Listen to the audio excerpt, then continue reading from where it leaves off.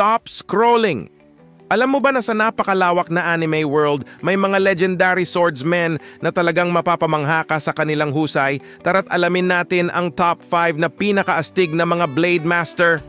Sa number 5, nandito si Kenshin Himura ng Rurouni Kenshin.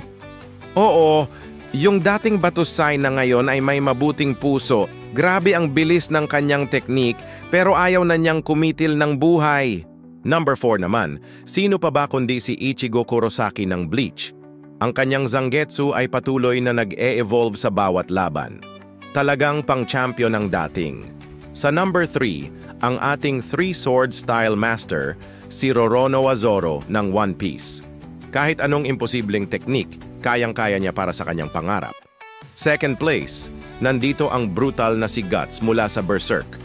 Dala-dala ang napakalaking Dragon Slayer sword na para sa kanya ay kasing gaan lang ng kawayan. At sa pinakatuktok, si Sephiroth ng Final Fantasy, ang one-winged angel na may masamune sword na mas mahaba pa sa pila sa MRT. Sobrang iconic at deadly. Sino pa ang dapat kasama sa listahan? Comment mo na sa baba. At kung gusto mo pa ng mas maraming anime content na tulad nito, i-follow mo na tayo. Salamat sa panonood.